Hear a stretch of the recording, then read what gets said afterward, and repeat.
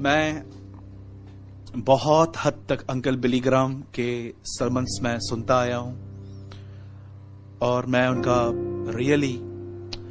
आदर करता हूं। भले ही आज वो हमारे साथ नहीं है, वो खुदा में सो गए हैं, पर मैं आज भी उनका आदर करता हूं और मैंने उनके जीवन से और उनके वचनों से जो उन्होंने शेयर किए, मैंने बड़ी ब्लेसिंग पाई है। नो डाउट मैंने उनके वचन कभी शेयर नहीं किए हैं, लेकिन मैं अपनी पर्सनल लाइफ में उनसे बहुत ब्लेस्ड हुआ हूं। मैं आज उनका एक वाक्य बता के, एक छोटी सी बात बता के मैं इस वीडियो को यहीं पर समाप्त करूंगा। आज से बहुत साल पहले अंकल बिली ग्राम, परमेश्वर के महान जन, एक प्लेस पे प्रीचिंग करने के लिए गए थे। स्टेडियम खचाखच भरा हुआ था और परमेश्वर ने उन्हें एक सत्य घटना वहां पर शेयर करने के लिए कही। आई थिंक वो यूएस के चिकागो में गए थे, जहां तक मैं जानता हूं। और जब वो वहां पर गए और वो एक स्टेडियम में प्रीचिंग कर रहे थे, तब वहां पर उन्होंने कुछ प्रीचिंग की। लाखों लोग, पूरा स्टेडियम, फुटबॉल स्टेडियम था, वो पूरा भरा हुआ था।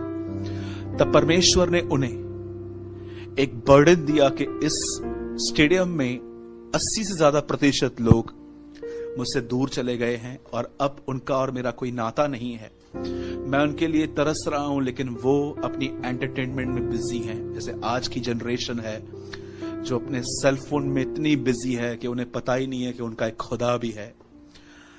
तब बिली ग्राम ने एक सत्य घटना उनके साथ शेयर की। एक लड़का था जो यूएस में ही रहता था। उस लड़के ने 18 साल की उम्र में ही ड्रग्स और बहुत सारे नशे करना शुरू कर दिए थे। और एक समय ऐसा आया कि उस लड़के को इन चीजों की इतनी आदत सी पड़ गई कि अगर उसके पास पैसे नहीं होते थे तो वो घर से पैसे चुराता था, लोगों से पैसे लेता था। और एक बार तो उसने हद कर दी जब उसने एक शॉप पे चोरी की। और उस समय, उन दिनों में जब उसने वो चोरी की, तो कुछ समय के बाद वो पुलिस के हाथ से पकड़ा गया और पुलिस ने उसको एक केस चलाया और कुछ ही समय के बाद वो जेल में था। जेल में एक दिन एक परमेश्वर का जन जेल मिनिस्ट्री करता था। वो जेल में लोगों को गॉस्पेल बताता था।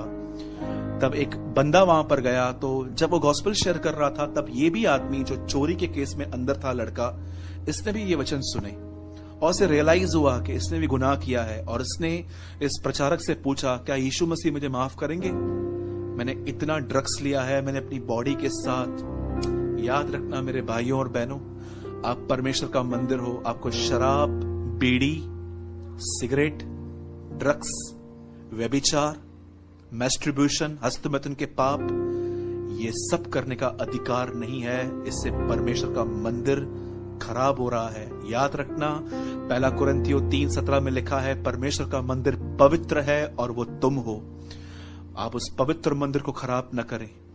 मेरे भाइयों और बहनों, जब उस भाई ने ये वचन सुने उस प्रचारक के मुंह से, तब उस भाई ने अपनी जिंदगी खुदा को दी और उसने अपने घर में 2 महीना, जब उसकी सजा पूरी होने पर थी, तब उसने अपने घर में एक लेटर लिखा अपने माँ बाप को कि मैं वापस आना चाहता हूं, क्या आप मुझे अपने घर में आने देंगे? क्योंकि उसकी फैमिली उससे इतना डिस्टर्ब हो गई थी कि जेल में आने से पहले वो 15-20 दिन पहले वो घर से निकल चुका था। तब इसने अपना मन फिराया जेल में, प्रचारक को सुन के, वचन को सुन के, और अब से अपने घर में एक लेटर लिखा और उसने उसका रिप्लाई मांगा, पर कोई रिप्लाई नहीं आया। जब इसकी सजा में सिर्फ 15 दिन बाकी थे, तब उसने एक और लेटर अपने घर में लिखा कि मैं सच में सुधर गया हूं, मैं वापस आना चाहता हूं, क्या आप मुझे ग्रहण करेंगे?